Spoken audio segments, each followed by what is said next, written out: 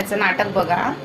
ह्याला ना शेवयाची खीर खायची आहे. त्याने कुठून तरी डब्यामधून ती ती असते ना भाजलेली सेव, ती काढली आहे आणि मला बोलतोय की दूध घे आणि त्याच्यामध्ये ती शेवयाची खीर बनव आणि मला दे. बघा म्हणजे एवढं कसं खायचं कसं कळतंय रे.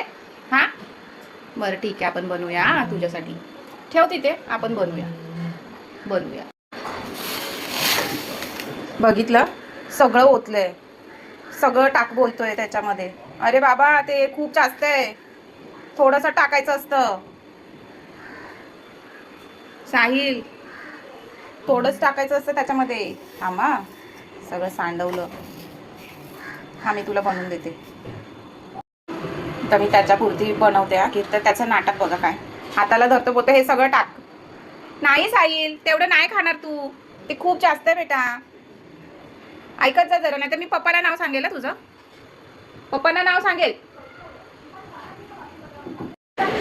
मग किती घट्ट झाले बघा. आता ही खीर मी बरोबर टाकलेली शेव.